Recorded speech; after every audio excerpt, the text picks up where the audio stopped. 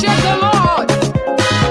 He is worthy to be praised. He's the Alpha and Omega. So join me, let's praise his holy name. You are the Alpha and Omega. We give you praise and adore you. You are the Alpha and Omega. We give you praise forevermore. You are the Alpha and Omega. And Omega. We give you praise and adore you. You are the Alpha and Omega. And Omega. We give you praise forevermore. You are the greatest and the highest. I worship you and bow to you. You are the greatest, the highest. I worship you and bow to you. Oh, when I call you, you answer me. In everything as you fall, I will give you all the praises. Worship you and adore you. You are the Alpha and Omega. We give you praise and adore you. You are the Alpha and Omega. We give you praise forever. Good morning, folks. Welcome to the Liberia Public Radio and Lpr-Tv. I'm Alfonso Siah, and so in this Lpr-Tv special here, I'm going to be talking to one of the senatorial aspirants. He's standing by in the West African state of Liberia, Monsterrado County. Madam Tandanpolie is here. I'm going to be joining me very shortly. Stay tuned. Share this video with us. The women, ladies, are trying to make a political gains in Liberia, but are they being fairly treated? These and many more, we're going to be talking all of that. For a long time, men has dominated the political history in the country. What are we? Are we treating our ladies fairly? I am Alfonso Siah, and so stay tuned. Very shortly, she will.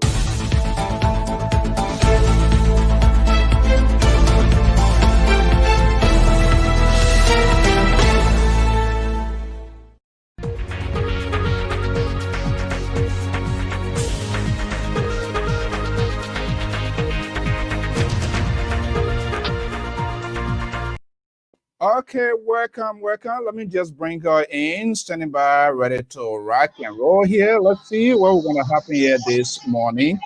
Here, okay, there she is, standing by in the city of Monsterrado, Monrovia, right? Okay, Madam, good evening to your end. How are you today? Are you hearing me? Siah, are you there? Mr. Siah, I'm okay. Thank you for having me on. Okay, good to be here. Thank you. Yes, I'm here. Okay, good. You honor our invitation. Most of the time, I'm here. Sometimes they don't show up. Okay, let's get it rolling here. How is Monrovia doing so far?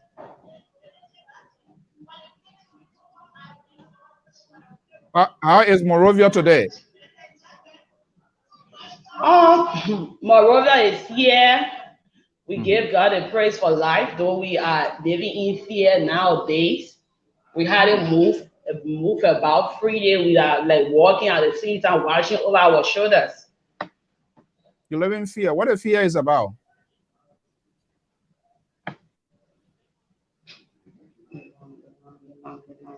You say you're living in fear. What the fear is about?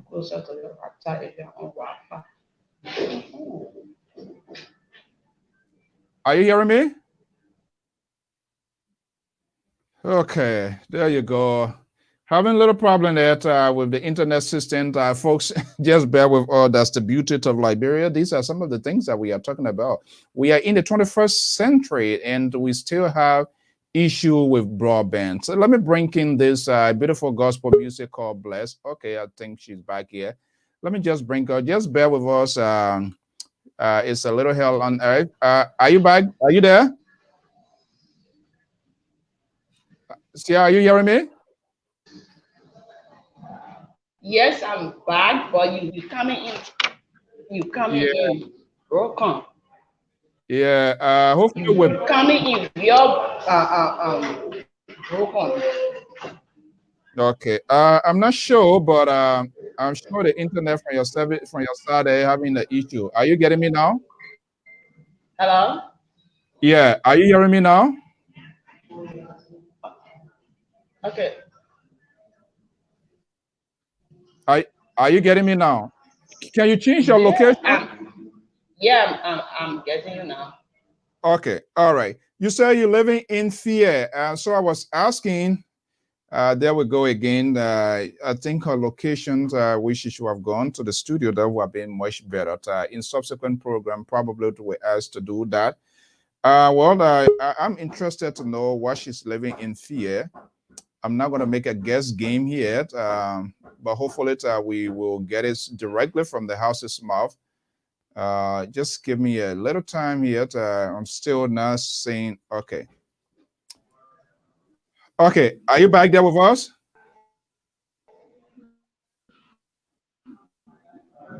Hello, Siah, are you there?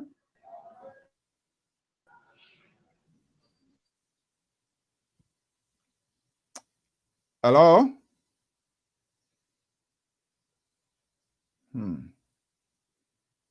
Oh, Republic of Liberia, here we go. In the 21st century, we still have challenges with broadband. Are you hearing me? Okay, probably maybe I will let her to see if the video can work. Let me just see. Folks, just bear with me. And, let me see if we can find alternative means.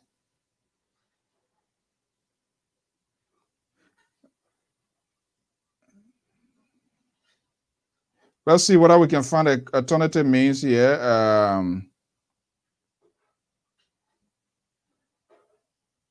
For her, just bear with us. She's trying to get this going here, and I'm quite sure she has something in store that she wants to talk to us and tell the Liberian why she wants to be a senator of Monsterrado County. Okay, are you hearing me now? Are you hearing me, Siah? So let me see here. Maybe I can find an alternative mean to see. Are you getting me? Hello? Yeah, are you hearing me now? Do you want me to call? Hello? Yeah, I'm hearing you. Do you want me to call on the WhatsApp? I could use it as a audio because it seems your internet is having problem. Okay, let me see here. All right, no need to. Okay, let me just see here. Just bear with us, folks.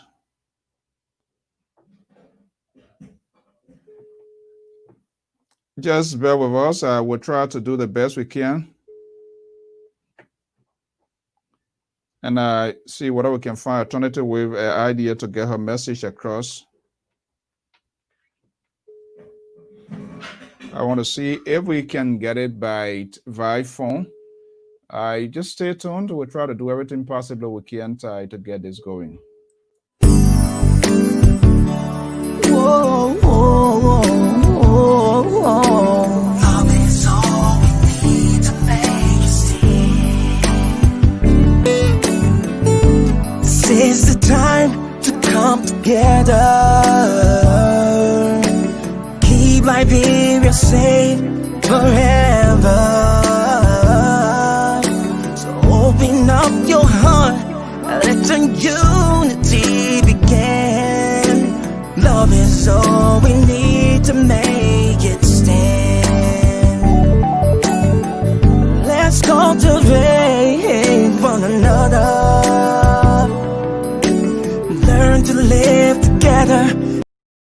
Okay, let's see. We're still having a little bit problem there with the connectivity, the internet system. Let me try here. Are you hearing me? Do you want me to do it by phone to call you on the WhatsApp for better audio? Yeah. I think let's do it that way so that your message will get across. I'm going to call you on the WhatsApp number, okay? I'm getting you now. Are you getting me well?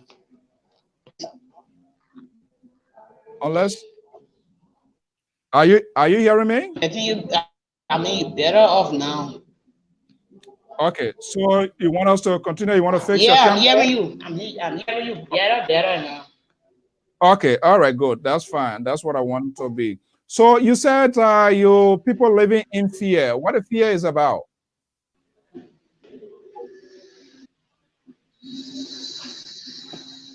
Yeah, with the recent wave of killing and in less than 2 weeks, there were 4 persons killed. Investigation is still ongoing. So it still fear in us. We are afraid because we don't know who it is. Okay, let's do it this way. Let me call you on the WhatsApp. The video is kind of like frozen, so the audience too will get exactly what you want to say. Can we do it that way?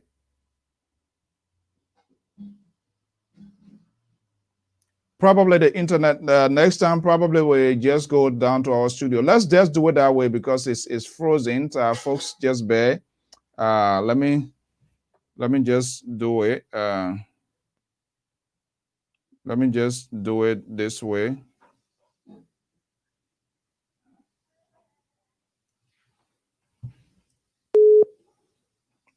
Just bear with us for we try to see what else we can.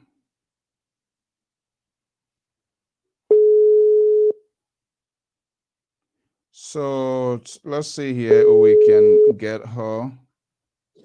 Hello?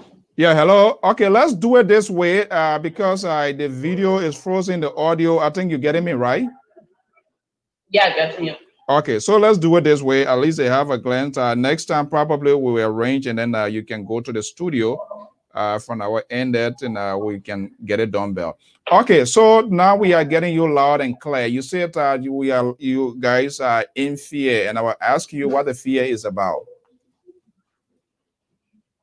Yeah, I said we living in fear because of the recent wave of killing, secret killings. In less than 2 weeks, we have 4 unknown killings, but on peaceful citizens who were all.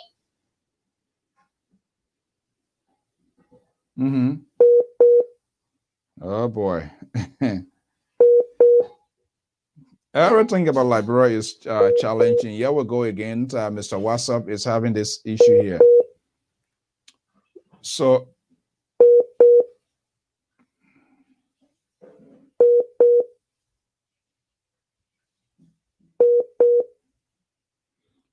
all right. Okay, here we go. The system, her line went off, so we will try. As a matter of fact, Madam Siah Tandanpolie is contesting for the senatorial seat of Monsterrado County, Republic of Liberia. The seat is heavily being contested with two top political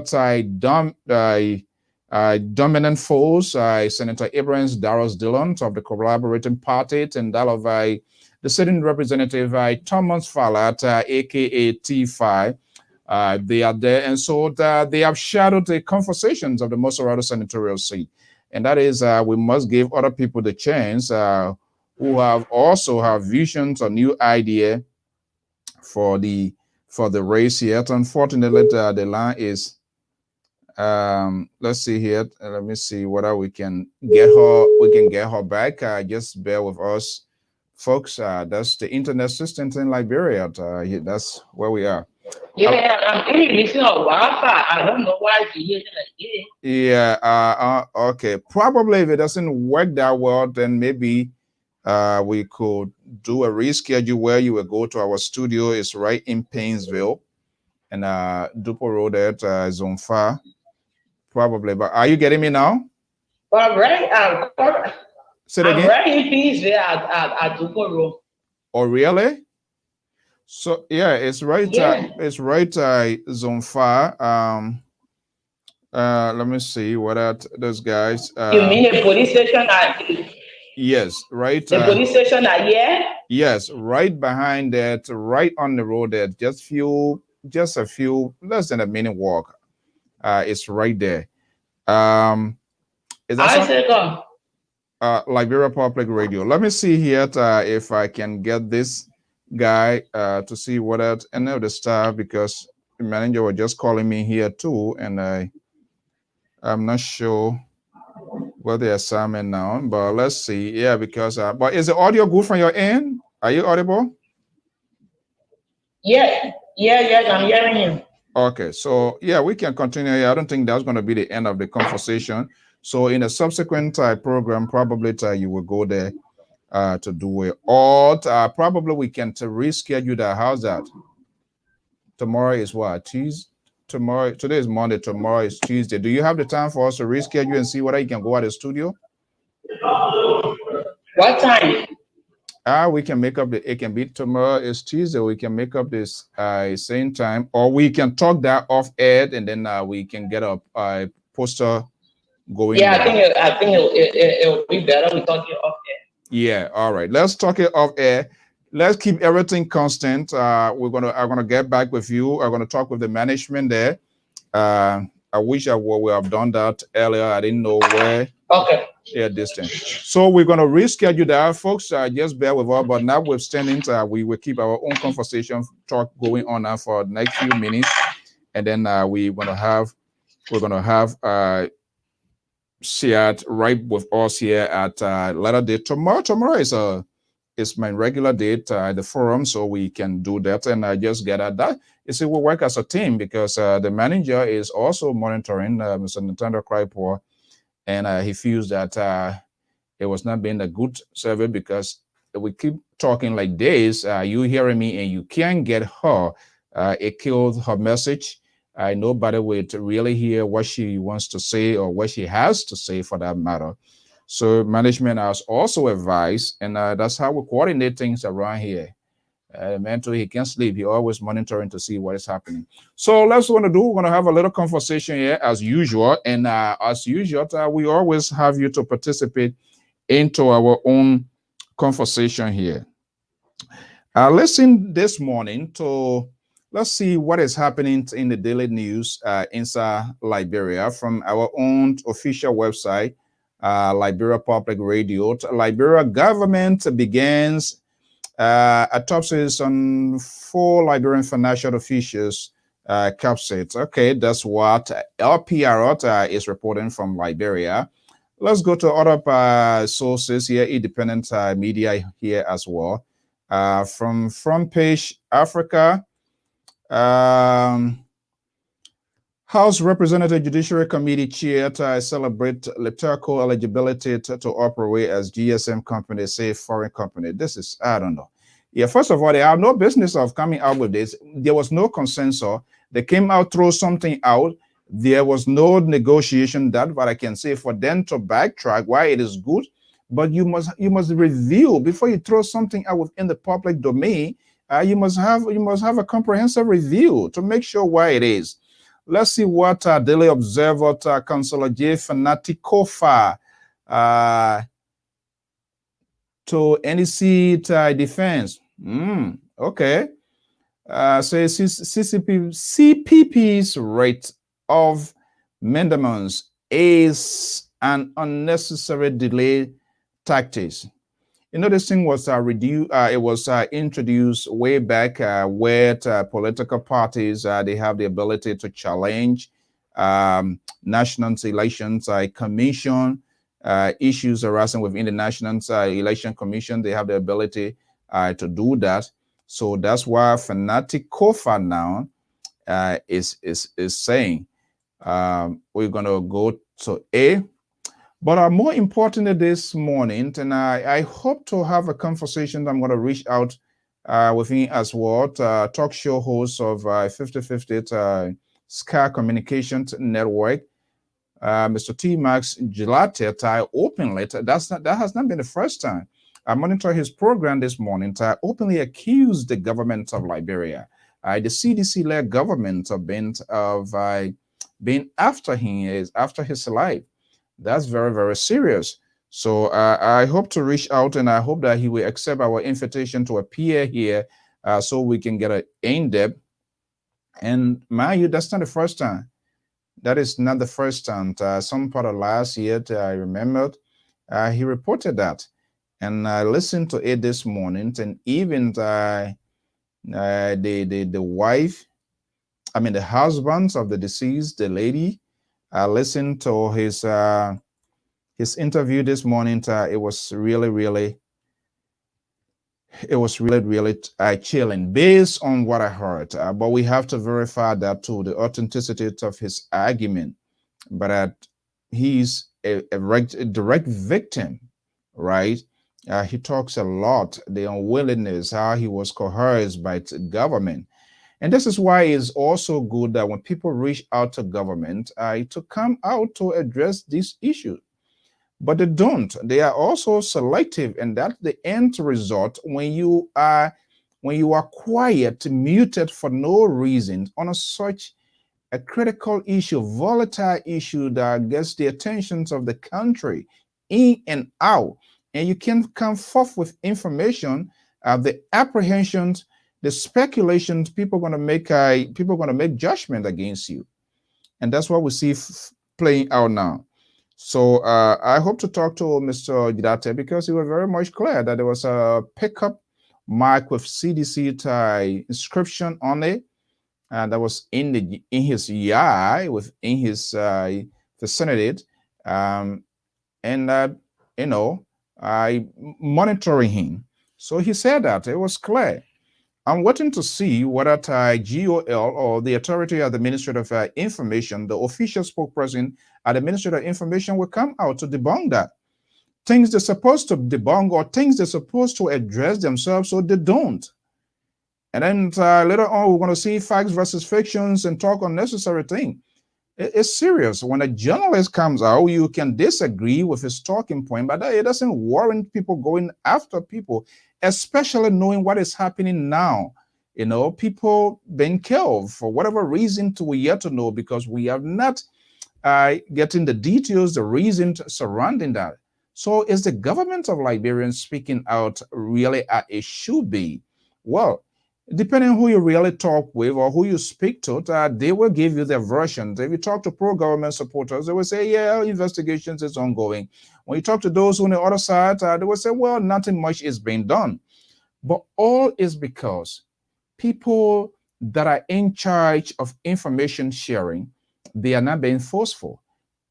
The husband of the deceased said it this morning on Team My 50/50. For those of you who didn't listen to it, go back to the video. Go back to that video and listen to it. He said we were rehearsed. And what was shocking was that they were refused to, even he as a husband and the other folks, they were refused to even take picture of their deceased. Give me a break. They were refused to take picture of their deceased. It was only the security apparatus, it was only the police were responsible. They were doing the picture. So the question now, the picture, how can this picture there surface again in the public domain? When they couldn't allow other people to do picture, they were the only people that were doing picture. So how can this picture surface out to the public? And that's a valid point, argument there by the husband, So and for T-Mike to come out to say that he's being taunted by government, by this time I expect that the Ministry of Information, I know when people will say, well, that's not everything people can address. So of course, T-Max is, I don't agree with most of sometimes the way he's doing his talking, but in as much as it is, it does not give anybody right to say that you want to take his life. This is the second time I believe he's coming out publicly. But my understanding, the Minister of Information, Minister Designate Ledger Ho-Renin, will be on his program. I'm waiting to see how that's going to play out, what going to be the government position. But even if that is the case, if I were providing some sort of consultancy or public relation person or spokesperson of the government of Liberia, that's the time the real fact versus fiction, this is the time he's supposed to surface. And say, well, we heard this is what, one of the veterans in this business, this is what we have said, but this is XYZ government position. But everybody going to go to bed. Everybody going to go to bed. And what people hear is what they believe. Whatever gets out there that the people hear, and you don't have a version, different version of the story that goes out there, that's the story people will believe. And that's exactly why it's happening. But for the greater portion too, I'm disappointed in our 103 men and women in a separate branch of government that also should provide check and balances on national government. They have their own specific task. These four hard-working or 4 Liberians, even whether they were working for the government or not, the matter of fact here is they are Liberian. And the happening, the pattern, the system, the manner in which it occurs, right? Just 8 days. And these people, they work for government. Their places of work is very much strategic. It must claim our attention to what they were really involved with or what they were really doing. The government of Liberia, anytime, ask for audits of autonomous agency because with the internal audit, that's part of their job. And to see the director and other LRA personnel, people that are responsible to bring dividends to bring revenue to government, and to see them to be murdered, the manner in which it was done, or the manner in which it happens, nobody has the right. There's no specific way murder should occur for us to even condone that. And enough is not being done. In my view, I could be wrong. It's alarming. And it is scary. And now you're coming out, you have a journalist now who has said that they are after his life. So when with the Attorney General of the Republic of Liberia, when with Musa Ding, and he said that, he called all his friends that he knows in the government, in the police, in lawmakers. He did not call the lawmaker name, but the person promised, okay, I'm going to do a check and to go you back. According to him, it was not even done, I think, before he got on air. And he ran issue being on the program. What happens? Maybe he call, and that's how the family of the husband of the deceased, that lady, I decided to go to studio. But he was very blunt. He was very, he did not miss his word. He did not hold back this morning. He said, he spoke out openly. It's on video. And we have not heard our government to react to that. And I hope they will speak to those things because they are very much, very much concerning. But let me bring this commentary. Liberia Public Radio and Lpr-Tv is, there is an election ongoing in Guinea, right? Yeah, Guinea is having the elections in a couple of a couple of weeks from now, Cote d'Ivoire going to be having an elections. Liberia Public Radio, it's an African start newspaper, the only print media here, Liberian print media in the diaspora, is always in the business of speaking out on critical issue, not to get in the throat of the government nor the opposition, but as a watchdog to point out or to forecast some of the potential things that will happen, knowing the history of our African countries, especially when it comes to how democracy is being handled. You saw Alassane Ouattara, he's rewriting the constitutions of Cote d'Ivoire, seeking for third term. That is happening in neighboring Guinea. So there's a correlation here. There's a pattern here. Would that potentially happen in Liberia to rewrite the constitution to maybe get back to one-party state system? I don't know. And this is why we are in this business. These are some of the things we have to put out there within the public domain, and we can have authentic conversation here. But let me just go to this commentary here from the editorial board of the African Star newspaper in collaboration with the Liberia Public Radio. Stay tuned for this commentary, and I'll be right back. Here is a news commentary entitled Constitutional Violations and Poor Governance in Africa Breed Instability and Must Stop. The West African sub-region is witnessing the planting of the seeds of potential instability and conflagration with the naked breach of the constitutions in Guinea and La Côte d'Ivoire. Presidents Alpha Condé of Guinea and Alassane Ouattara of Côte d'Ivoire have engineered constitutional changes to extend themselves into third terms under the guise that these changes were approved by their people. A provision in the ECOWAS Protocol on Democracy and Good Governance prohibits substantial modification of electoral rules in the last 6 months before planned elections, except with the consent of a majority of political actors. 2010 Guinean Constitution, Subtitle 1 of the President of the Republic, Article 27 says, "The President of the Republic is elected by universal direct suffrage. The duration of his mandate is 5 years, renewable one time. In any case, no one may exercise more than 2 presidential mandates, consecutive or not." The Ivorian Constitution of 2016, Article 55, said, "The President of the Republic is elected for 5 years by direct universal suffrage. He may be re-elected only once." President Ouattara argues that his prior 2 terms before the 2016 constitutional revision do not count with the coming into force of the revised Ivorian Constitution. It is evident that the sub-region is a fertile breeding ground for instability and allowing the constriction of the democratic space, and will only inflame simmering tensions and lead to potential open conflict. It is unacceptable that the economic bloc, ECOWAS, will be complicit in allowing for some countries to breach their own constitution, manipulate the will of their people, and risk instability. African Star is observing how ECOWAS failed miserably in its sole mandate of lifting millions in the sub-region out of economic depravity since its inception and towing into catch-up strategies to maintain its relevance. Of recent memory is ECOWAS's major bungling of the Malian crisis that propelled a military coup.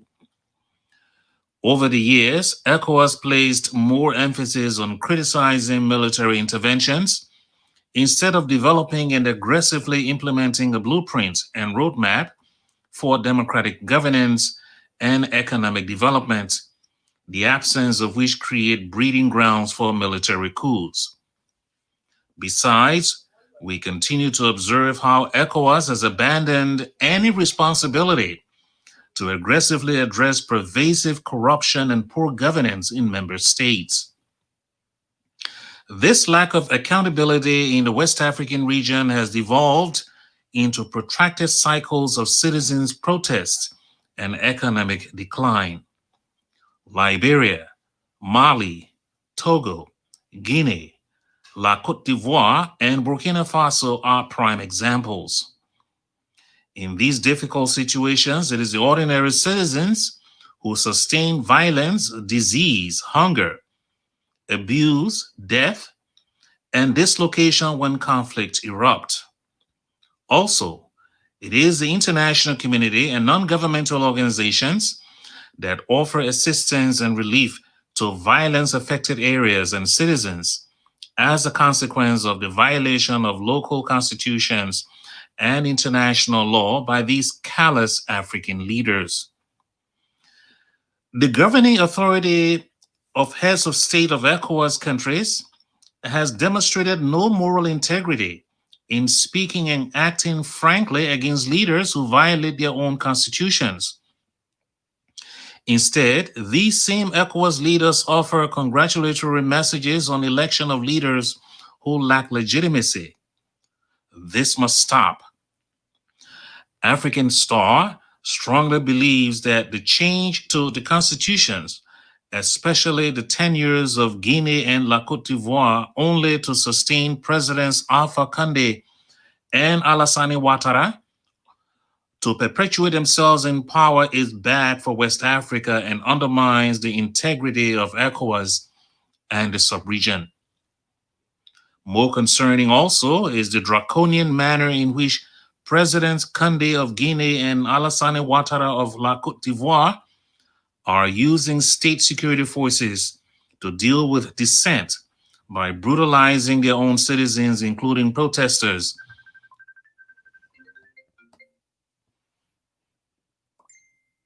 And the opposition political parties without a single condemnation from ECOWAS. We believe that when the Guinean and Ivorian dubious and reckless dictatorial measures of altering their constitutions are allowed to continue, sooner than later, other West African nations may find cover in pushing their leaders to lifetime presidency. Liberia comes to mind while the country's legislature is stealthily rushing a constitutional referendum to change the tenure of the presidency, like in the case of Guinea and La Côte d'Ivoire. Indeed, it is unimaginable that ECOWAS is shepherding the decline of democracy in the West African sub-region, as it did to the region's economy, which is now in total chaos and decline. To this end, African Star condemns the unrestrained practice of constitutional violations and the complicity of ECOWAS and, by extension, the African Union in exposing Africans to endless conflicts and suffering. We urge the United Nations, the European Union, the United States State Department, rights organizations, and non-governmental entities to stand united in the non-recognition of African leaders who risk the security and welfare of their citizens for the sake of their own political prolongation. In the same vein, we offer our solidarity with people who peacefully struggle for just societies and promotion and support of democratic values and institutions in Africa. As such, African Star remains committed to using its platform to demand the end to undemocratic practices within the ECOWAS region and Africa, with the view of enhancing good governance, multi-party democracy, economic regeneration by ending constitutional violations to discourage military interventions. This news commentary is written by the African Star editorial board. Okay, there you have it. That's the African Star editorial board in collaboration with the Liberia Public Radio. It's quite fascinating to see what is going on across in Africa and other parts of the world. And you have the ECOWAS, the African unions, and all of the groups. They are all right there. The constitutions of these nations being circumvented overnight to allow these greedy politicians to hold on to state power. What a ride. I mean, and this is why we say sometimes politicians, these people are never trusted. This is the guy who he wanted, Koulibaly. The man died. He's still not overnight trying to rewrite the constitution because he still wants to hold on to state power. You have Conte on the other side there in Guinea doing the same thing. And it's unbelievable. So we are getting unconfirmed reports of high tensions being mounted in neighboring La Côte d'Ivoire. And that does have a security threat as well to Liberia. As you remember, with borders with Liberia. Burkina Faso is unprecedented on the southeastern side, especially in Grangida County. Some are reporting now that they are the borderland there, people there, they are heavily armed. You know the history for those who have followed the history of La Côte d'Ivoire when it comes to elections. So the possibility of water, they are putting you at defense. And you have our country also in the process of a consequential high tension senatorial elections. Guinea on the other side there, the ECOWAS and all of these people, they are still in. The international community, the thing about it is, for every time when things happen, you will always hear them, it is their own, they have to find to figure out their own way to get their problem solved. They're not going to babysit it. First of all, it's a business oriented. When you see these sort of tensions and necessary crises in the country, that's when you see this business, the international community. That's when they make the money. So if you think you're going to rely on them 100% to make things all right for you, you waste your time, because that's how they make money. It's all about money. When there's crisis, that's when they get their riches. But we must do everything possible till we can't. Now, to African style LPR, they are sounding this alarm. We're seeing what is happening in neighboring countries. Leaders overnight are rewriting the constitution to satisfy themselves instead of having the authentic and genuine referendum. It's not being done.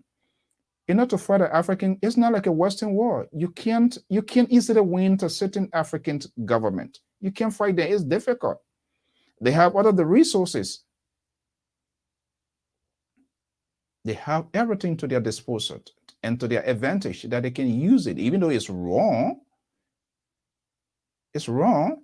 Like here, there are serious elections law here, but the election laws in Liberia, are they practical? Are they being enforced?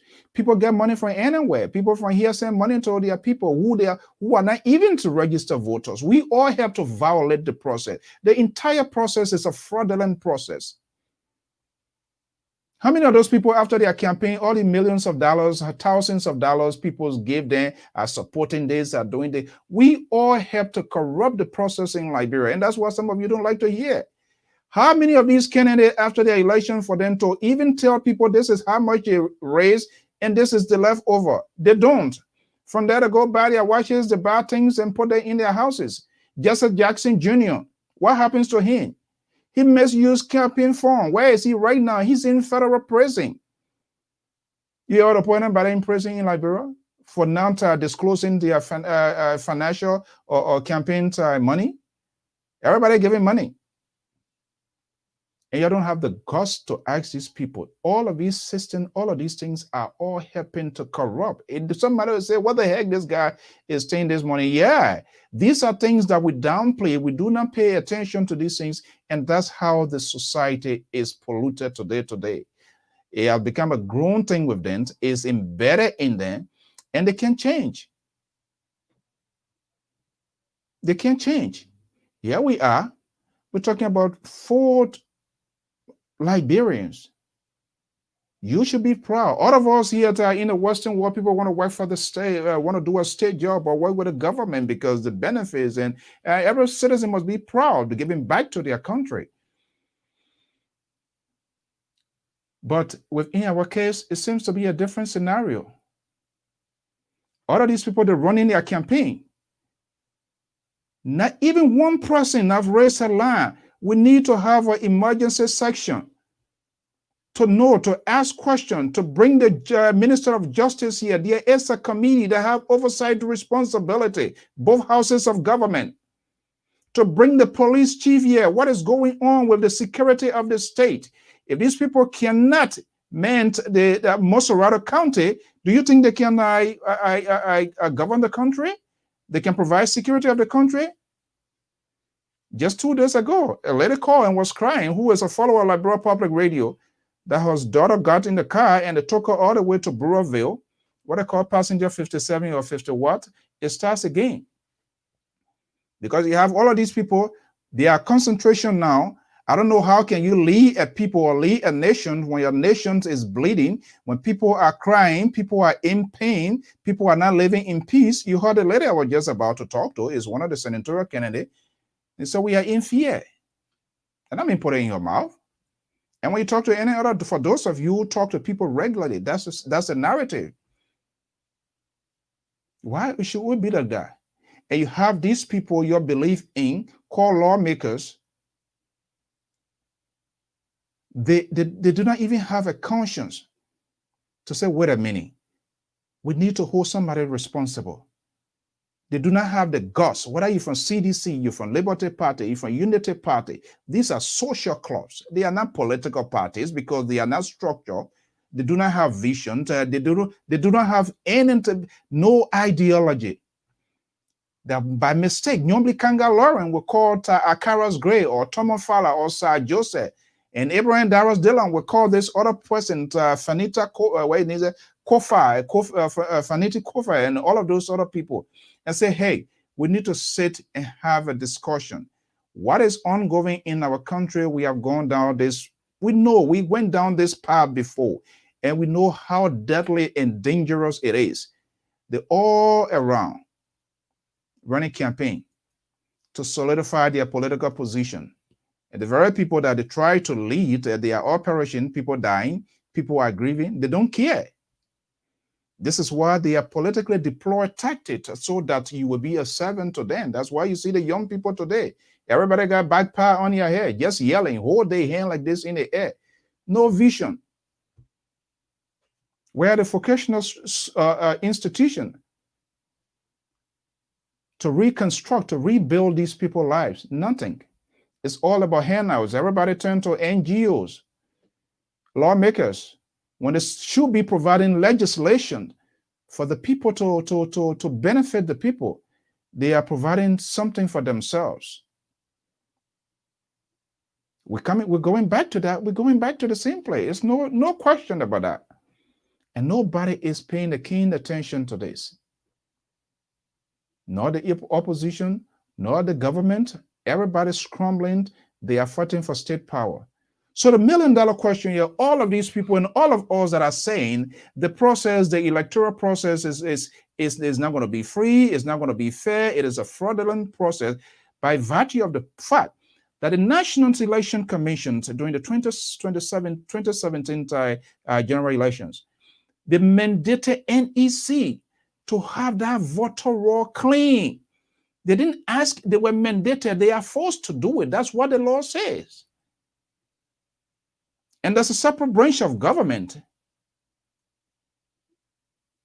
exercising her authority. As the lawmakers have they enforced that to make sure the funding is provided to the national NEC since 2017, and we're in 2020 now. Because all of them are so greedy. It's like old lady drinking the pepper soup, even though that soup get plenty of pepper, but they still drinking it and then talking to the old man, talking to the wife. This soup you call it get plenty of pepper inside, but you still eating it. Now they want to go in the race. So the $1 million question is, if you know very well the process is not free and fair, why are you going into the race? And if you went into the race, if you win, will you validate the result of that race, even though you knew very well it's not a free process? Will you validate that result? I doubt it. Then it becomes good. But when they lose it, then it's not fair. That's how disingenuous these politicians are.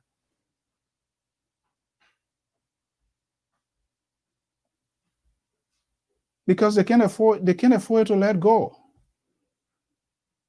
They think they're going to win, so they are unbalanced. They are like this. I think I can win this one. Yeah, maybe I can. Inconsistency. Their decision. There's no make-up decision, and nobody will get it. God say, you know what? This is what the code. So how do we validate and how do we respect our laws? This is what the code says. The court said NEC must have this clean, and Liberia Public Radio, an African Star, has made her position definitively clear.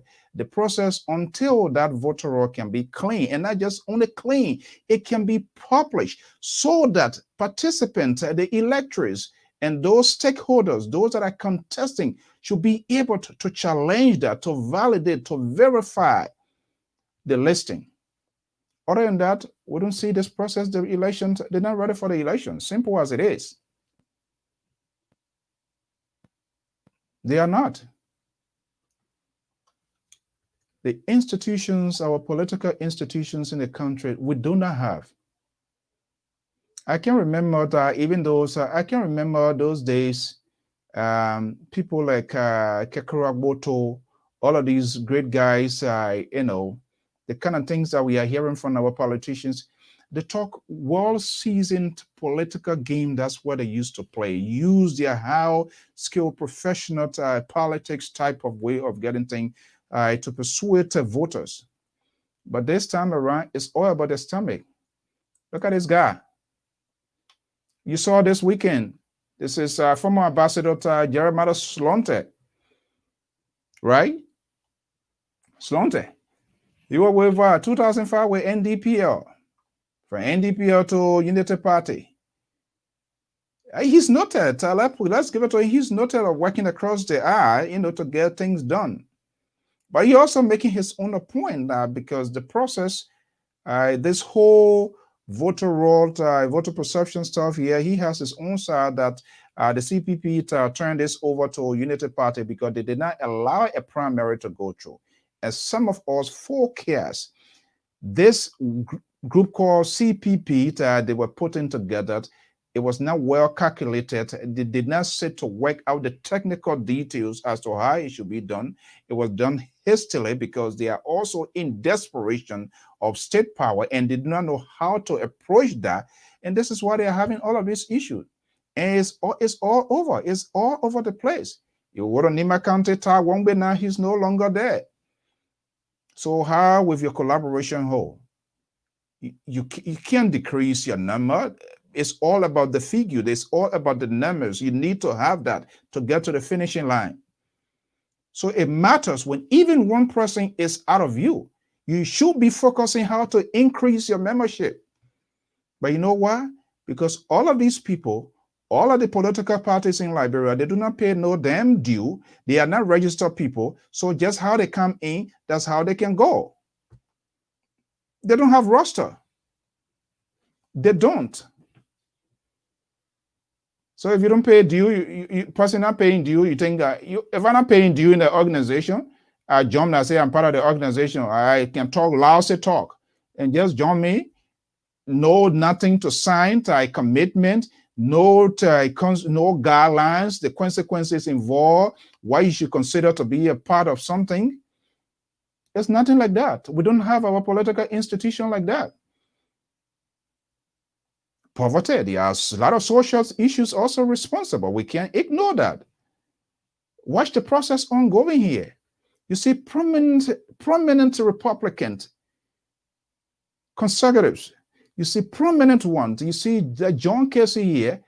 They didn't say because of Donald Trump, whatever he's doing, are no longer a Republican, but they will come out to say, I am not voting for this person because they believe in the ideology of the party. They will take a position. Can we do that in Liberia? Do you think? Absolutely not. So they're running from party. They failed to put in a structure for NDPO. After Turbo Dev, what become the fate of how they call TWP? Samuel Doe took over after the coup. Samuel Doe became a military ruler. After military leaders converted to politicians, put a political party in place, the National Democratic Party of Liberia, NDPO, all of these folks that you see, most of them, if not all, they all cross carpet to NDPL. What happens to Samuel Doe? Can you hear about NDPL nowadays? Came to the former armed faction group turned to National Patriotic Party. Other than John Mombo. What happens? Where is Taylor? Even though NPP have a second slot, vice president said, the vice president slot in their collaboration, but is the party is actually up to stand up? It's also fractured. Unity Party came. Everybody went over. The old lady were leaving. She did what she could do. Somebody that served her for 12 years did not give support to that person, came here and said, needed a generational change. Left Unity Party in turmoil. After later on, they reconcile. Right? We're in CDC now. Is anybody CDC? Are they nurturing anybody now after George Weah presidency? Is CDC nurturing any potential to Liberia now or within the party that after this is where you're supposed to start making the preparation? You don't wait until when the man in his last term. Are they nurturing anybody now? No. Because if there's a person there who has a talent, who can do better, who can structure, who can put the party together, guess what? A few people will come together, Mr. President. This is what this person wants to do. This is why we see our part. This is what the growth of the political parties is been so much. It's every day new party is born. You have another 11 group called Rainbow Coalition. Whole day they're putting it together. They can't even hold. Then they're putting together, wasting our time. It's crazy.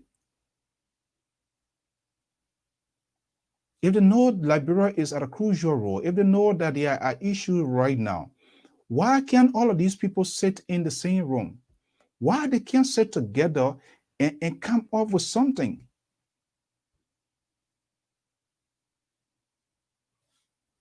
One other one want to be senator, he want to come on my program, call. I can call their name. Oh, my phone been having problem. Why you want to be senator for? If you can't even communicate with people, then what's the point of you being senator? Because the people know how lucrative these positions are.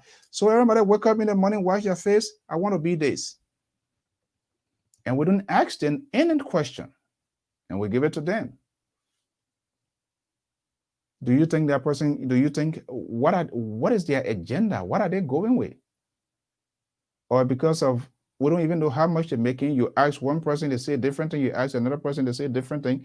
So is it because of these bonuses, gas slip, money, traveling, allowances, and all of those things? Is that what they are going for?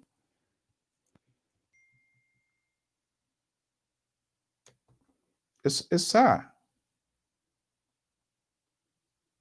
Here you have Ouattara and the change in the constitution overnight to fit their political cap. Is going on in Cote d'Ivoire. Is anybody thinking now what is happening in Cote d'Ivoire, in Guinea, with it drag, with it cross over to Liberia? And that's the strategy of politicians. As long as it works in one side, the other people are going to experiment, they're going to do it. It's not an international community. That's not a business. They're not going to tell you, say, you should stand up for yourself. They're not going to tell you, say, if you know the process is not right, stay out of the process. Then you have an argument. But they will be crying, they will be going inside. Because there's other portions of the house say they want to win it. And so when they win, they will never say, oh, the race was wrong. They won't say it. But when they lose it, then they say they cheat. That's why other than still that they're still having the hope. They're still having a hope. They are hoping that will be. But that was a mandate, folks. Let's get it right. That was the mandate of the Supreme Court, the highest arbiters of the judicial systems in Liberia, told them this is what should be done. They didn't say, please, this is what you should do. Get it clean, get it right. And not just want to get it clean, publish it so that people will have access to it. You know, somebody make a good point here yesterday. Why are they always registering people? Why they don't have a system to put something in order? If you can't do it, call for help. And that's what I think. Maybe we need to have people to supervise the election. Then we are not a sovereign nation. They can just give our technical aid to help to enhance the process. Here, people don't just register once. The only time you see registration here is when you are a new voter. So even if I'm here in Rhode Island and for whatever reason I decide to move, maybe I just need to update my ballot. If there will be any absentee ballot or whatever, if I want them to mail it, and that's they get a process. We can do that. But people deliberately know what is right. And you expect the country to what? To move forward? They must sound simple, but these are things that we do not pay attention to, or we on purpose decided not to do. And then we expect changes, we expect good things to happen. It's not possible. It's not possible. They are going to the election right now. You're not going to hear any protest. You're not going to hear anything when they go there and say they cheat. You knew it. The voter roll, you knew it's a mess. You talk about it. Everybody says it. You do not have the guts to say because of X, Y, or Z. All of these people do not have no basic principles. This process is not right, and in as much this process cannot be fixed, I am not going to participate. I don't want to be part of that. They put 1 foot in front, 1 foot behind. They go inside when they win A, then we'll get them big hand clap. Then the process right there, the process is okay. But when they lose A, then all the funny Chinese false, all sort of stuff will come out, and this other ballot were not counted, and this number of people were not voted because why? You did not adhere to the Supreme Court mandate, and you as a lawmaker, you have the constitutional power to summon, to ask government, to ask the executive branch of government if there's a funding needed to execute the election, to provide all the necessary funding. You did not do that. You allow yourself, you participated in the process, you went into the process, you lose now, and then you want to fight, you want to cry foul. It doesn't make sense. I'm waiting to have some of these those that are contesting to talk to them. Do you believe in the process? If they say yes, there will be a follow-up question. If they say no, there will be a follow-up question. Will you validate the results of the election? Even though you say you did not believe in the process, will you validate the result of the election? If you win the election, you say the process is not free and fair. If you win the election, will you denounce your winning? Will you reject the result because the process was not fair? You went into it, so you don't deserve it. Are you willing to let go? Are waiting to see who the politician can answer that sort of question. We need to put them on record so that tomorrow, if when it comes to FOCO, we all can talk about it.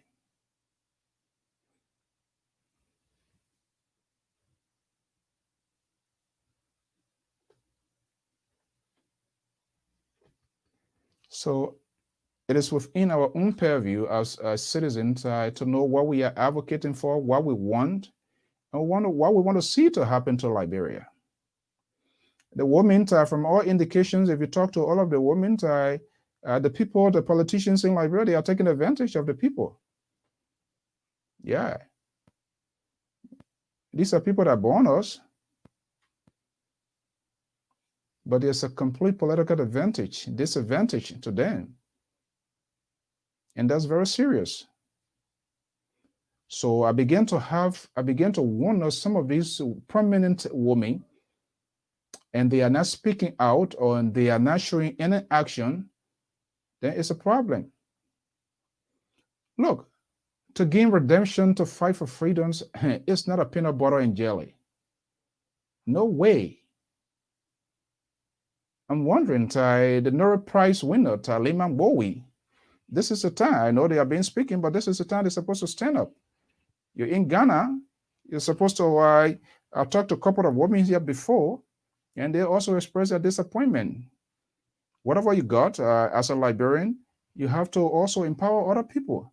You're based in Ghana now. What is the empowerment for the woman? How can the woman be empowered? What are the resources do they have now to also to fully participate into this sort of electoral process? People are making crazy, stupid demand out of them, taking advantage of them, scaring them, putting fear tactics in them so that they can participate in the process. We are in the 21st century. We are the voices. Gloria Scott, all of those people. What are they saying for the next generation to succeed in order to be part of a decision-making process?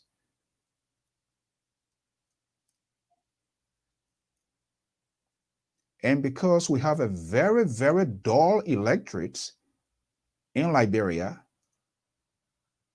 who just think about today, we're going to go in their stomach, and they don't care what tomorrow going to bring. They don't know who are, they do not know the authentic, the genuine ones. Can you imagine Melvin Cole telling electors he would dish out money and other people are dishing out empty stomach? I mean, empty words. Is that what matters to the people? Is that why you're going in the Senate for?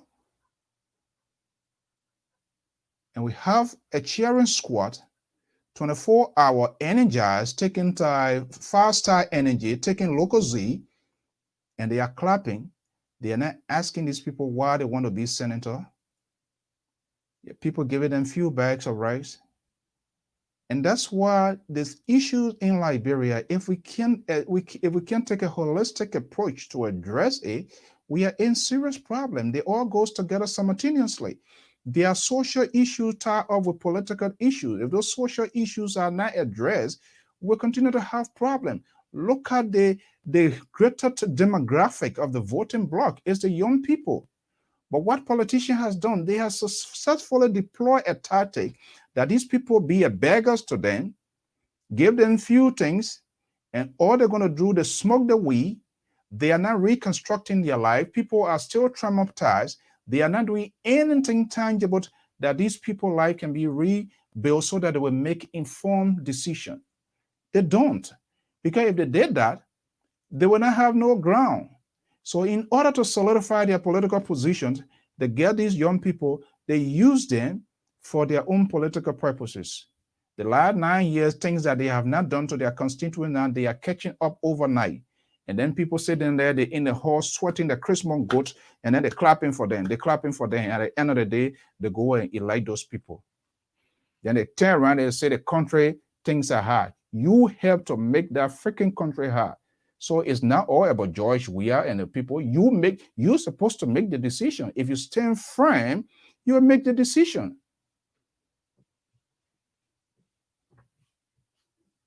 You will. But you allow these fake politicians who do not have the country at heart. They're running from one political party to another political party. You do not even look at their track record. You do not even observe them what they have done in the community. They come in and you allow them, you give them authority, and you expect them to sign good concession. Oh, the money they are giving you right now, where do you think you're coming from? Is that their own money? You think so? So as a result, those who have not been holding state power, they are struggling to get their message. Even if their message is refined, the people don't want to listen to them. Because what I call financial violence is being applied into the politics of Liberia today. They're giving money like this because these are loose money they get. How many of them ever came out to tell you, say, this is the amount that I have on hand to spend for my campaign? They will ever do that? You can't even ask them. We hear our politicians in the Western world, they disclose their donors. They tell people how much to spend. Talks about it. All we are talking about now, the next thing that on the table, nobody talks about it, is all about the senatorial election.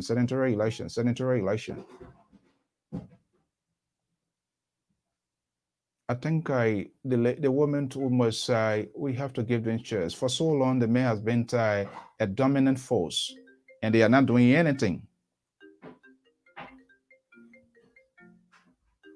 They're not doing anything.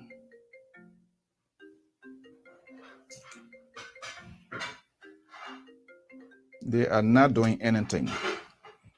And if we do not protect our democracy in a very honest fashion, we are doing it to the detriment of all of us. All those people that might be ashamed of themselves that have not called for a special section to seek inquiry as to why led to the death of these 4 Liberians, and not just only of them. We'll be pulling around with it here. By the time you go low, another drama. It's just like we are in a Trump war, right? The taxes business came, the media, and that's what the media, news is something that is current. That's what we do in this business.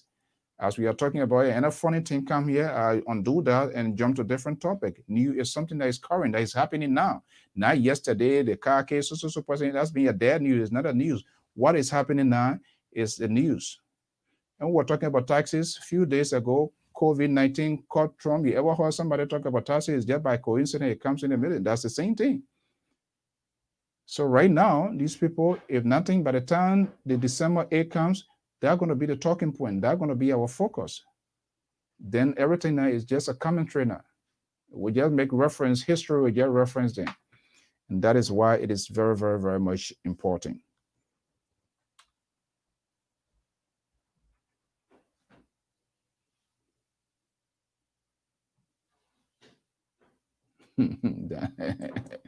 Daniel, Jacob Daniel. The people are saying you have to pay to play, but votes and get paid for 9 years. Yeah. 9 years? I thought the lawmaker by this time said they were that thing it needs to be revisited. Though Samuel Dotan, the Tabotan municipal governments, they were elected. So that's some of the problem. We are not taking the bottom to top approach. We should be electing our city mayors. We're supposed to go back to those provisions. Those are things that's supposed to see and go back to that constitution. Because the executive branch has the dominion. The power is too much. Why you think the governors and mayors here can challenge even the president? When you appoint somebody, you can't do anything. You are powerless. Your voice gone. The people of Bond County must be able to elect the superintendent of Bond County. They must be able to elect the city mayors. That's how independent decision making is a thing. You can let the executive appoint only ministers, director. But for God's sake, our municipal government must be elected by the local authority. They know the citizens of Bond County. They know the citizens of Grand Gide who is trusted, who can be charged to conduct the affairs of the county. When you appoint somebody, that person is they serve at your will and pleasure. Down to town chief, then people appointing them.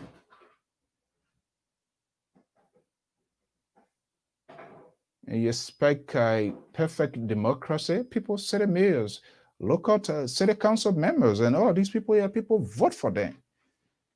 That's why when I want to they speak with authority, because they are represented, that the people ask them to that the people elected them. They're not the president, they're not a governor. Don't just appoint here. That time you see governors, when maybe a senator or somebody leave or whatever, death or for whatever reason, they designate that person, and the governor has the authority to designate that person until that term is completed, until special elections are held. But that's not the case in Liberia. Even though we say, our mob say we small America, I don't know how true it is. We probably have anything that is corrupt, then we're not America. They have their own issue here, don't get me wrong. But there is a system in place. So why people, and the thing about it, most of these people here who profess to be the educated one, they came from this place here, and yet then still they cannot even fix the system. So how does it work? How are we going to do it? When you ask millions of justification, what there Helen Johnson said this time, they not talk about it, and now we want to talk about it. Is that how we're going to be living as a country? That sort of pattern? So the other people don't do it yesterday, we can't fix it. We will live with it for the life of our time. Then there's no need. Probably that country needs to go on a trusteeship. Probably go on a trusteeship.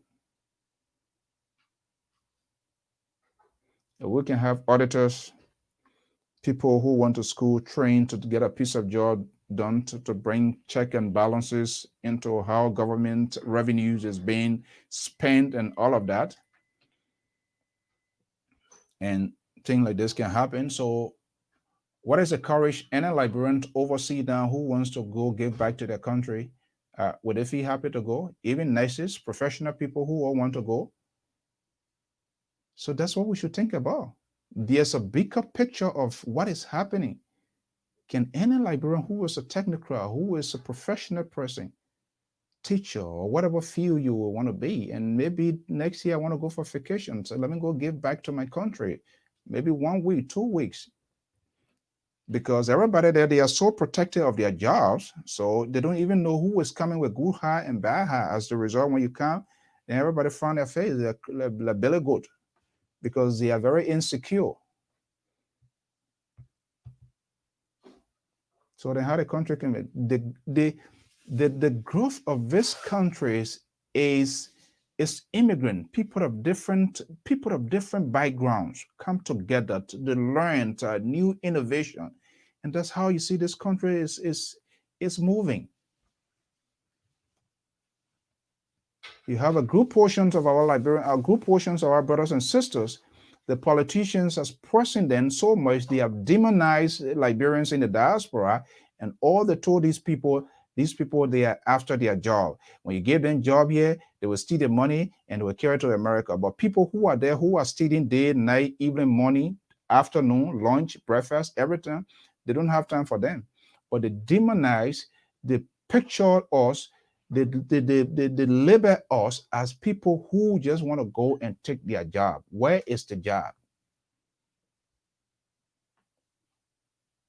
It's the work of the politician. They have created a fear tactics in them, and it's resonating with them. To the extent that most of our own people, brothers, they don't, only very few. And this is why it takes people of tolerance for people to explain to people to make their case, because why? These people have planted within them and told them, these people there, you do not listen to those people. This is what they want to do to you. So when you have people in the advocacy or opposition, then your tone must be moderate. Your tone must be convincing. But when you sound so harsh and you start cussing too, then you validate the argument of this politician who told you, well, as soon as you talk about it, will start cussing you. And that's what that's the involving cycle that we are in. We are perfectly playing into their narrative, the case, what they have told the ordinary Liberian people who we are.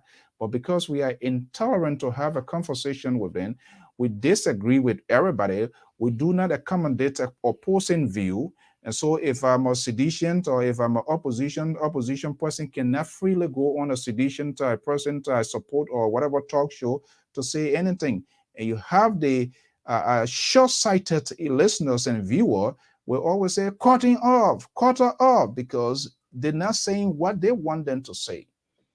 So we play into the hands of these people, and that's how the country is moving the way it's moving. It doesn't matter who you support. There must be no status of limitation as to where you want to go as a Liberian to speak. I must engage seditions. Let me know their mind. I must engage the opposition.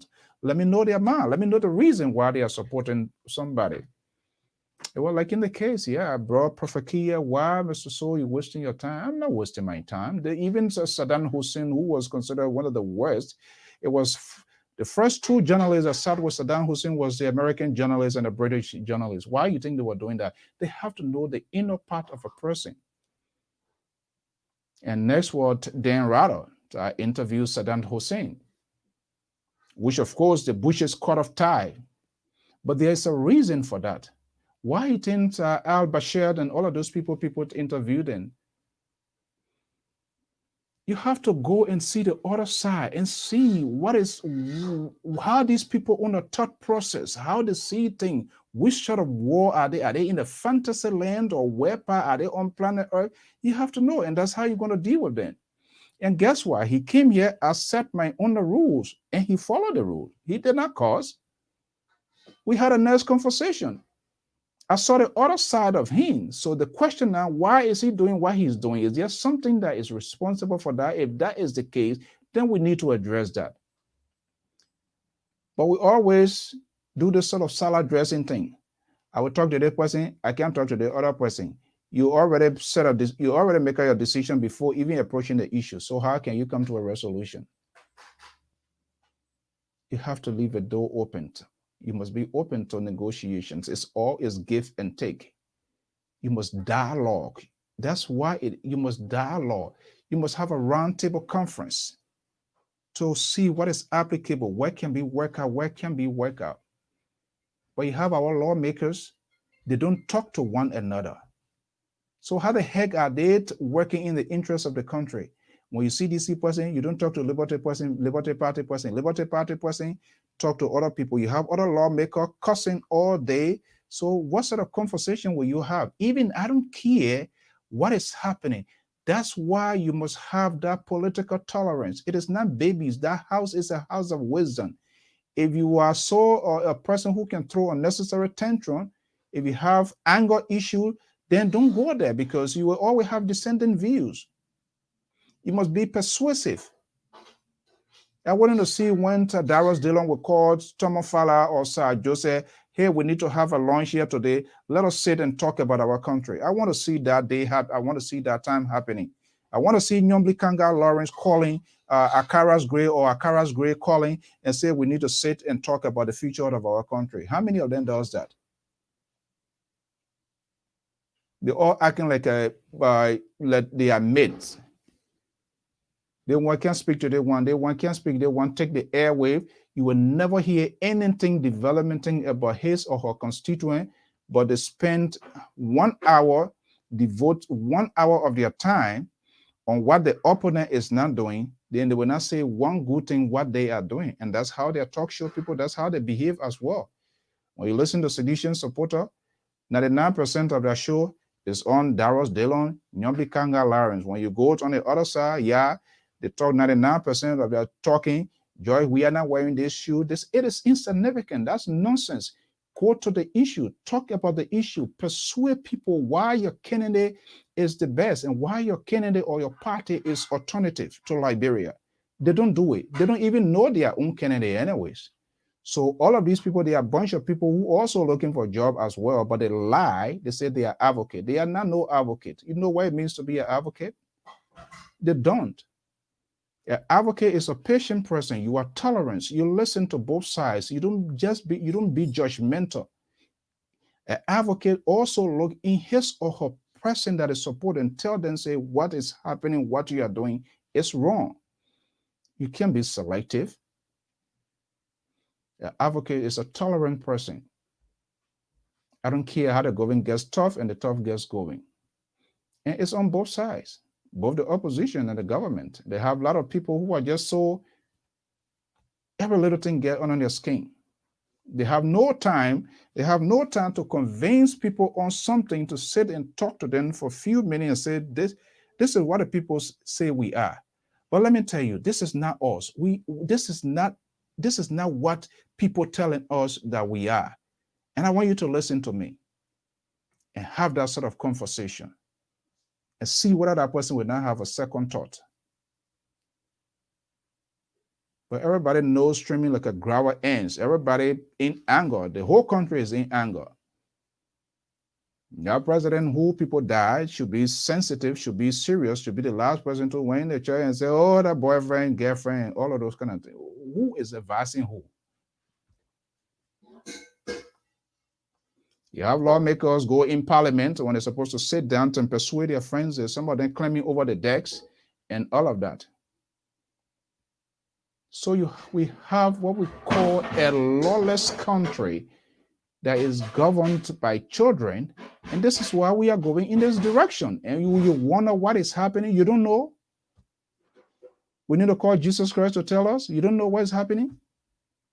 That's what happens when you have immature people lack of the political will to create the conversation, and that's why we are suffering, and that's why we are in. And there's no indication that we're going to even get out. Even if George Weah and CDC government leaves now, I'm telling you, it's going to be worse than what we are even having, because these people who profess to be alternative, if they can't even organize themselves, if they can't even put their house in order too, then it will be the same way.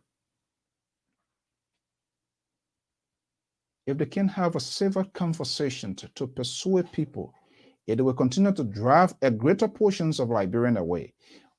When you want sedition to come over and when you start labeling them, when you begin to stigmatize them, you begin to call them tiny sedition, the other side, calling other people baby police and all of those kind of stuff, you drive people away.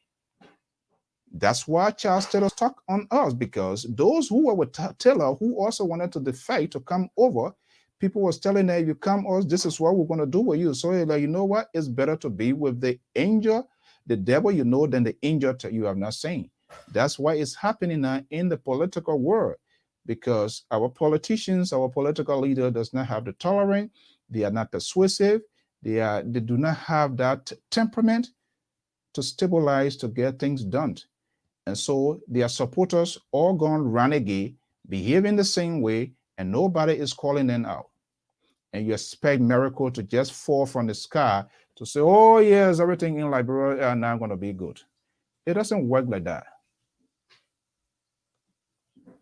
Freedom comes with a price. No pain, no gain.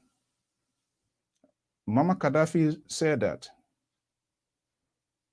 He said revolutions without a bloodshed, not necessarily physical bloodshed, but you have psychedelic, what they call politicians or opposition who want to be wearing wristbands, who are not willing to go behind the bar to pay the price for people that they believe in, and they think they're just going to go to state power. What made you think I'm going to believe you?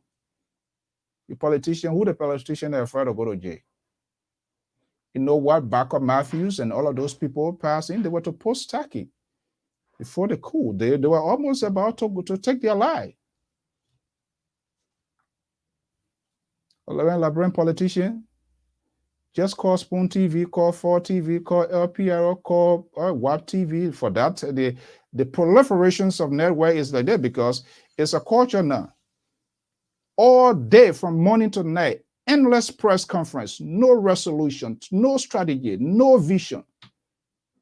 They can't even answer fitting question. And then when people ask them, then they get annoyed. And some of them talk, say, I have question. No, I just talking, no question. Who does that?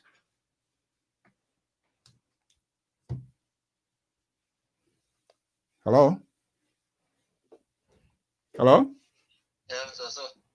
Yeah. Hello? Yeah. Oh, I thought you were. Yeah, yes, I'm on. I know. Okay. Yeah, I'm okay. I'm still on the air. Yeah, I see you being so passionate. I say like you've been so passionate about the situation in Liberia, and you want me to pull you on? Really trying to engage the Liberian people. You want me to pull you on? If you want to. Yeah. I think you discussed the open mic, yeah. Yeah, okay, let me just pull you on. The lady, she actually turned out, but the reception, so we asked her to go to the studio. Are you there, Mr. Boa? Are you there? Yeah, I'm here. Good afternoon, yeah, and yes, sir, I'm here. Mm-hmm. Yeah, how are you? Yes, we are doing okay. Just continuing to listen to situation that is happening back home. Okay. Yeah, I mean, Mr. Boa, it's just unfortunate. We have people who do not have vision, and their soundbite is being facilitated by the very electors, and they turn around to complain. You know, so that's just been disingenuous. Yeah, yes. Sometimes you want to blame the electorate, but sometimes we also want to blame those politicians, those educated few who think that they can manipulate the situation to just so then what sort of at education is detriment. that? If you are educated and you can't elevate, you can't help to build other people's life, then do you think it's a real, genuine, and authentic education? You educated and you just want it to be for yourself. You don't want to make your country. You don't want to build other people's life. You don't want to share your skill with people. Yeah, Mr. So when you talk about our brothers and sisters who have passed, like of Backup Matthew, those people were politicians who were actually fighting for democracy to come back to Liberia. And as you clearly said, because of the fight. Hold on 1 second. Mr. Boa, don't go. Hold on 1 second. I'm getting a very unusual call here, which is not normal here. Let me see what big brother have to say. Hello? Hello? Yeah? Are you on the line, or can I make my contribution to your conversation? Oh, yeah, sure, absolutely. But someone else is on the line. I think, are you listening to somebody? I'm getting a feedback. Putting you on hold. Are you listening to you have your monitor, or are you listening to something? I'm listening to you on the air. I'm listening to you. Okay, then you have to load that audio too, because that's why the feedback is coming. You have to load the audio from your end. Okay. It's okay now? Yes, much better. Yeah, thank you. You know, I listened to you and you just said it all. What is happening in the country is just exactly what you said. Mm-hmm. Oh, okay. He gone off. Okay, Emmanuel, go ahead. Yeah, I'm still here. Yeah, go ahead. Yeah, so as I was saying, you talk about the likes of Barker Matthew. Those guys actually fought for democracy to come back. Unfortunately, they were in prison when the coup happened. And the 10 years of the coup, and after that, we all know what went wrong. Okay, we have leaders, people who have led Liberia over the years. These people were educated in foreign countries.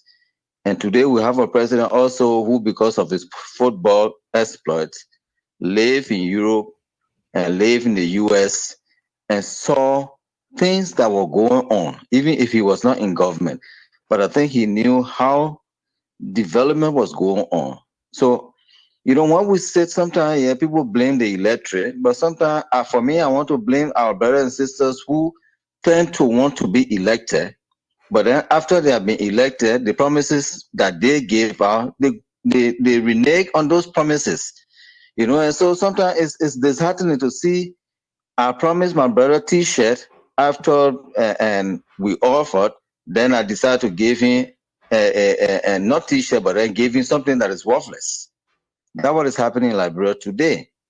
You know, and it's sad. Like you rightly said, we suppose that our legislators supposed to revise some part of the constitution so that people will be subject to the citizens. But because the president has the right to appoint superintendents, chiefs, and this, so these people are no more subject to them. They are only subject to the president.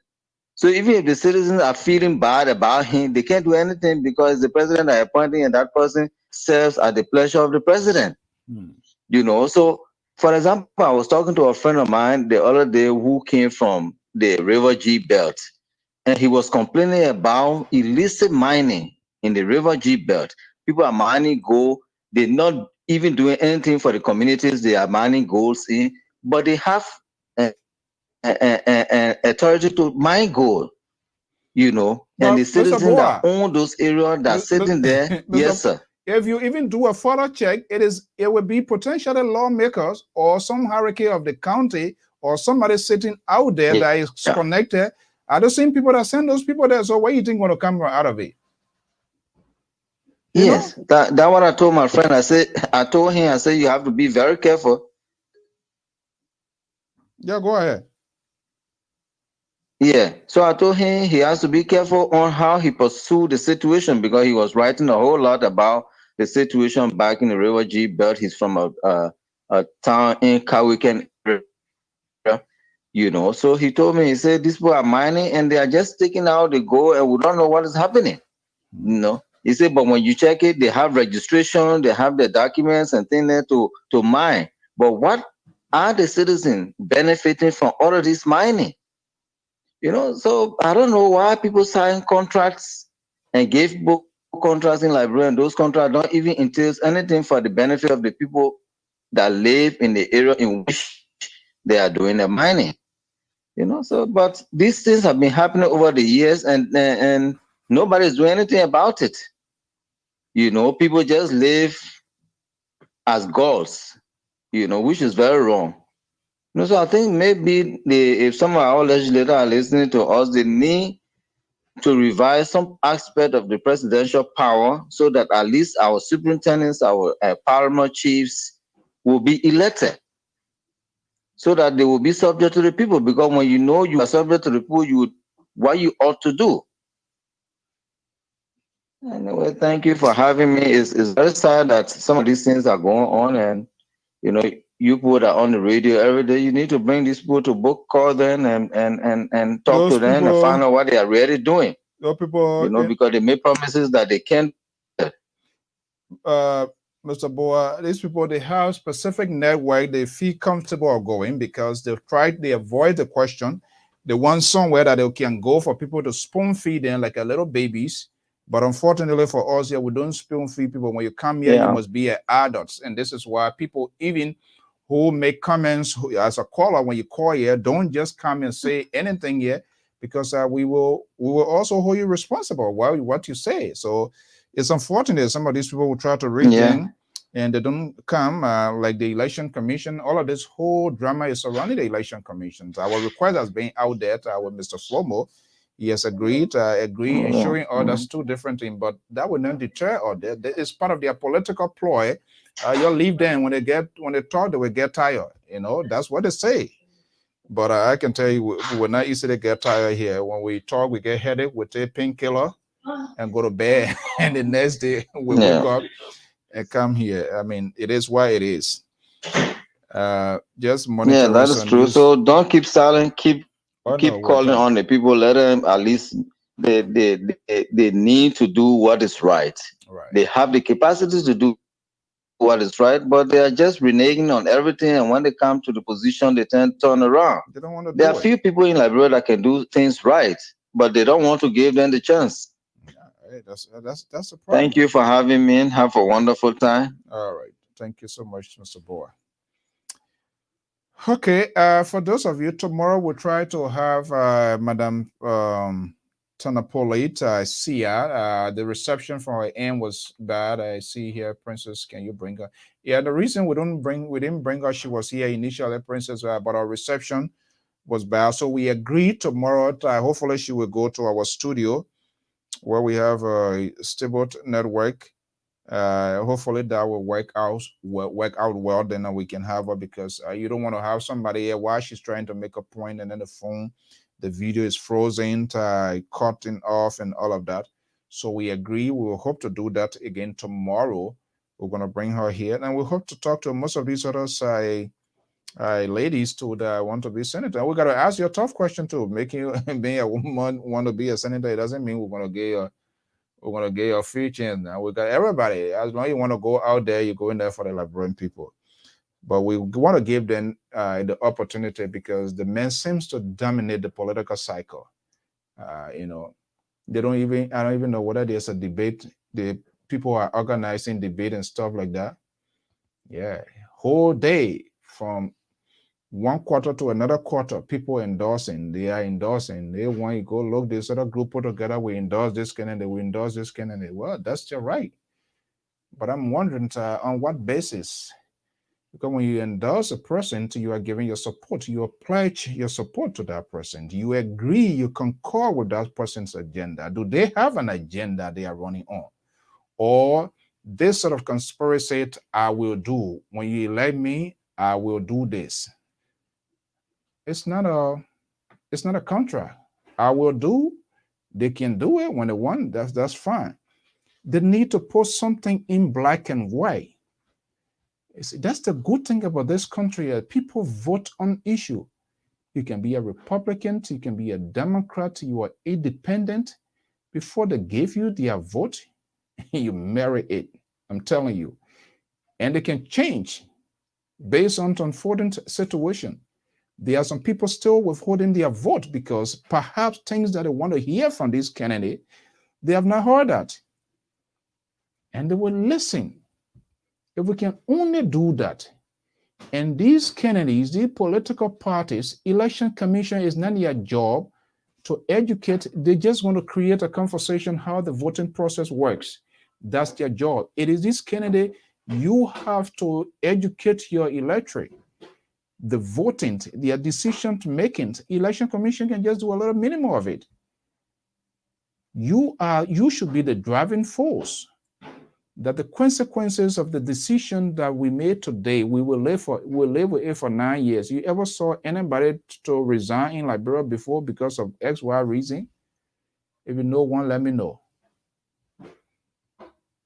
They will just get justification. They hire a lawyer, and then they attach a heavy word embezzle. Then when you go to court, it comes out newspaper with talk, and by the time you go look, it's been watered down. But when a layman take it from Waterside there, who's trying to make him be his tea, you go to Post Taki, you go to Saw Beach, you go to some sort of depot and sit down there. So if you, the politician, You, the political leaders, if you do not have people who to also articulate your message, they become more dangerous to the process because they give wrong interpretation, they give wrong representation. So you two are part of this whole problem we are in. You have people who cannot articulate your message, who are not persuasive, who are not disciplined. They make force with anybody that call on their pro. They curse anybody who disagree with them, but yet then say they are representing you. So as the result, the ordinary listeners also get scared that I, Alfonso, when I'm talking for XYZ candidate and behaving that way, the probability of that candidate being more worse than I, then that's planted in the minds of the people, and it also drives them away. So you got to come down on your people that represent you. You have to, it is not about them. They don't even know what is public relations.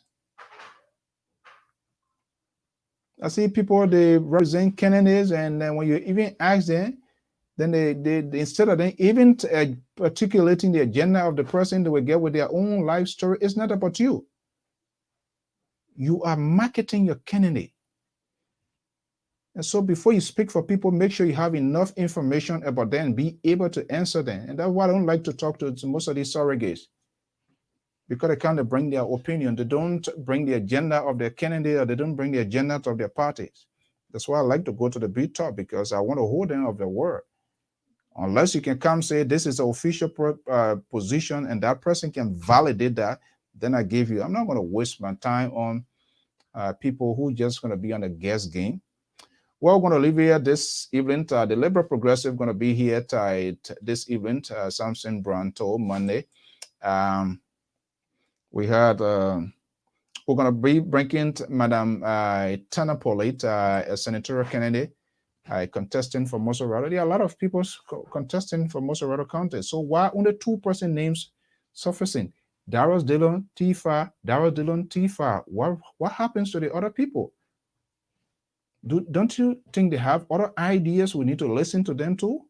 We cannot disproportionate news. You know? We always put our hopes in people, and then at the end of the day, we start to do. So everybody should have an equal share. That's what we do not limit our conversation here. We do not disproportionate information. We ask you to come. Unless you don't want to come, that's okay.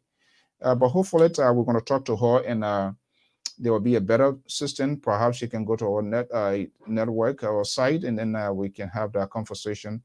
But the reception was very bad from her end, so we could not allow that to happen. We're going to be leaving here this morning right now. Didn't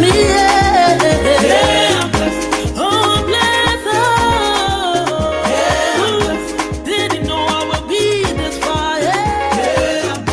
Take a look at me right now. Take a look at me right now. Many days I cry, many days I'm sad. Hey, Jesus, are you up? Now you change my life.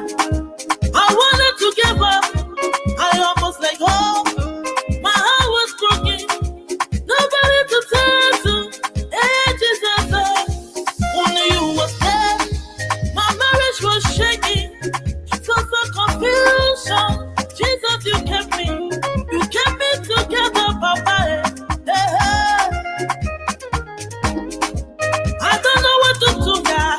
I don't know what to say. I don't know what to think, oh Jehovah. Hey, hey. When I think about the way you changed my life. Hey, Jesus, and you are. Hey, hey. Harmless. Yeah, I'm blessed. Oh, yeah, I'm blessed. Didn't know. Well, that's Liberian gospel artist based here in Philadelphia. Roberta Go, Call Me Bless. That's her song right there. We always like to showcase some of the goodness of Liberia. All of these people, we got to also give them the opportunity to showcase what they can do. Hey, my man, Abu Fofanan, good morning, good afternoon, to whatever you are. Big brother Tont, hopefully you are doing well as well from inside Liberia, and all our viewers and listeners. Princess, again, we're going to be bringing Madam Tandanpolie here. Hopefully she's going to be joining us. Apparently her location was just bad today, so we want to do her a favor by not just having a sort of conversation where she will not be audible. Until then, this is our sign that introduces the program and also closes the program called Higher Praise by K Praise and Joseph Bass.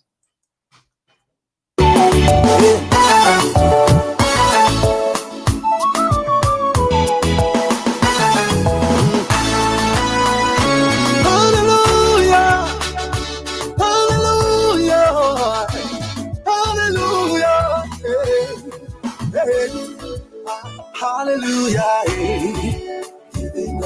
giving hallelujah, giving the highest praise. Hallelujah, giving the highest praise. Hallelujah, giving the highest praise. In the morning when I wake up, in the night when I wake up, I will lift up my voice to heaven and give you the highest praise. Hallelujah to my King. Hallelujah to my Father. Hallelujah to my Jesus. I bow before the throne. When I look at all the wonder and I see all the creation, the beauty of the universe, you never, never change. You never, never lie. You never, never change. You never, never change. Hallelujah to my Jesus. Hallelujah. Hallelujah. Hallelujah. Hey, hey. Hallelujah. Hey. Giving. Hallelujah. Hey. Giving the highest praise. Hallelujah. Hey. Giving the highest praise. Hallelujah, give me the highest praise.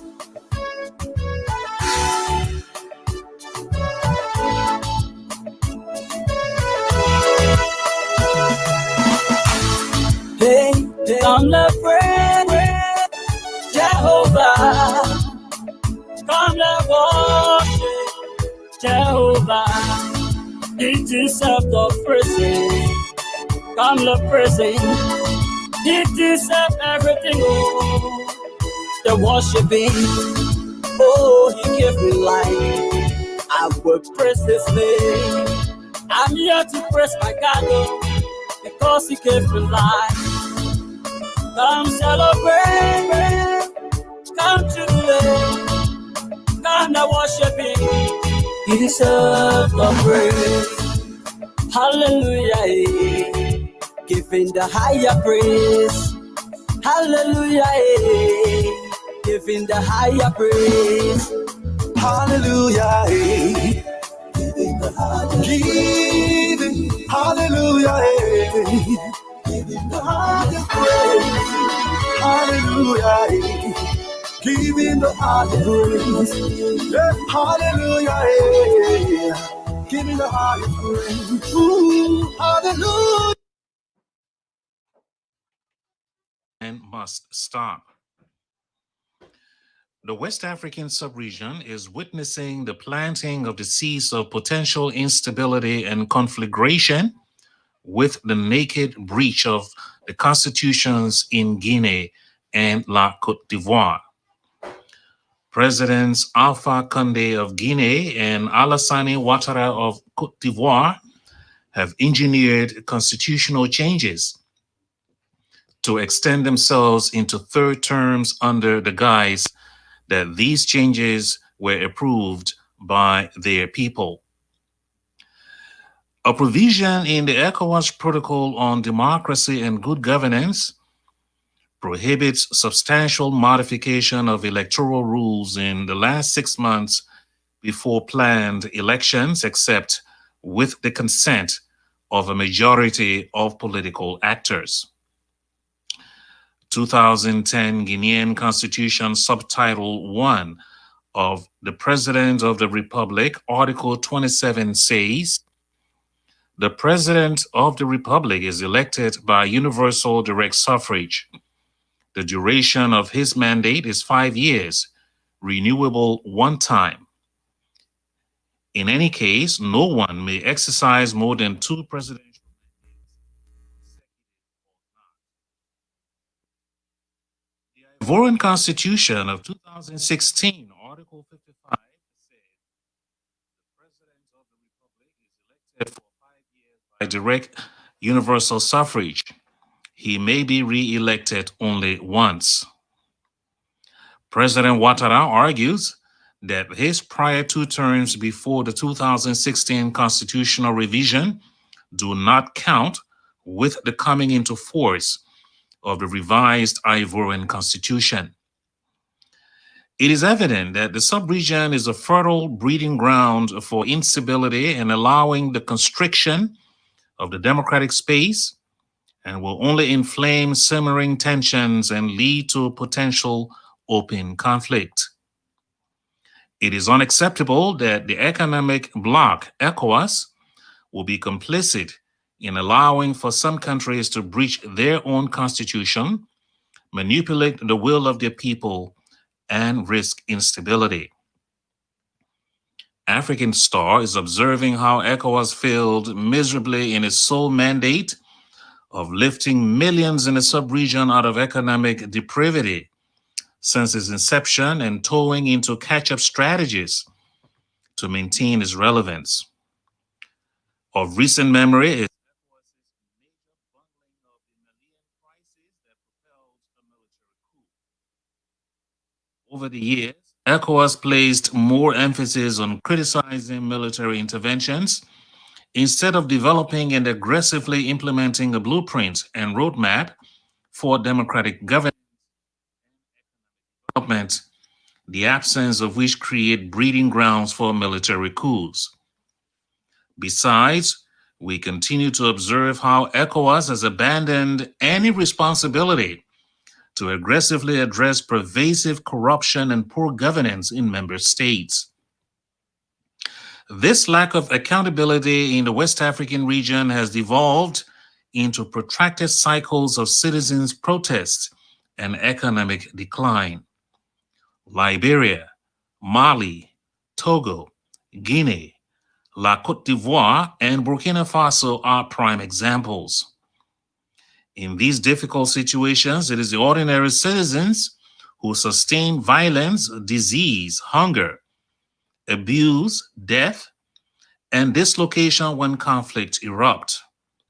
Also, it is the international community and non-governmental organizations that offer assistance and relief to violence-affected areas and citizens as a consequence of the violation of local constitutions and international law by these callous African leaders. The governing authority of heads of state of ECOWAS countries has demonstrated no moral integrity in speaking and acting frankly against leaders who violate their own constitutions. Instead, these same ECOWAS leaders offer congratulatory messages on election of leaders who lack legitimacy. This must stop. African Star strongly believes that the change to the constitutions, especially the tenures of Guinea and La Côte d'Ivoire, only to sustain Presidents Alpha Condé and Alassane Ouattara to perpetuate themselves in power is bad for West Africa and undermines the integrity of ECOWAS and the sub-region. More concerning also is the draconian manner in which Presidents Condé of Guinea and Alassane Ouattara of La Côte d'Ivoire are using state security forces to deal with dissent by brutalizing their own citizens, including protesters and the opposition political parties, without a single condemnation from ECOWAS. We believe that when the Guinean and Ivorian dubious and reckless dictatorial measures of altering their constitutions are allowed to continue, sooner than later, other West African nations may find cover in pushing their leaders to lifetime presidency. Liberia comes to mind while the country's legislature is stealthily rushing a constitutional referendum to change the tenure of the presidency, like in the case of Guinea and La Côte d'Ivoire. Indeed, It is unimaginable that ECOWAS is shepherding the decline of democracy in the West African sub-region, as it did to the region's economy, which is now in total chaos and decline. To this end, African Star condemns the unrestrained practice of constitutional violations and the complicity of ECOWAS and, by extension, the African Union in exposing Africans to endless conflicts and suffering. We urge the United Nations, the European Union, the United States State Department, rights organizations, and non-governmental entities to stand united in the non-recognition of African leaders who risk the security and welfare of their citizens for the sake of their own political prolongation. In the same vein, we offer our solidarity with people who peacefully struggle for just societies and promotion and support of democratic values and institutions in Africa. As such, African Star remains committed to using its platform to demand the end to undemocratic practices within the ECOWAS region and Africa, with the view of enhancing good governance, multi-party democracy, economic regeneration by ending constitutional violations to discourage military interventions. This news commentary is written by the African Star editorial board. Whoa, whoa, whoa, whoa, whoa. Love is all we need to make it see. This is the time to come together. Keep Liberia safe forever. So open up your heart and let the unity begin. Love is all we need to make it stand. Let's cultivate one another. Learn to live together as brothers and sisters. Without togetherness, we won't have a peace of mind. Unify and have a peaceful home. Sweet Liberia, land of liberty is our home. Keep it standing. This is the one and only home that we have. Sweet Liberia, this land of liberty is our home. Let us keep it standing. It's the one and only home that we have. Oh, sweet Liberia, love is all we need to make it stand. Unify and have a peaceful home. Change is all we need to make it stand. Let's unify and have a peaceful home. Sweet Liberia.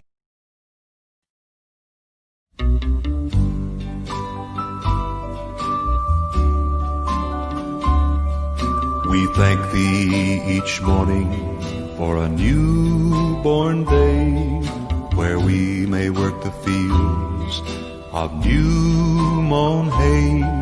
We thank thee for the sunshine and the air that we breathe, O Lord. We thank thee. Thank thee for the rivers that run all day. Thank thee for the little birds that sing along the way. Thank thee for the trees and the deep blue sea, oh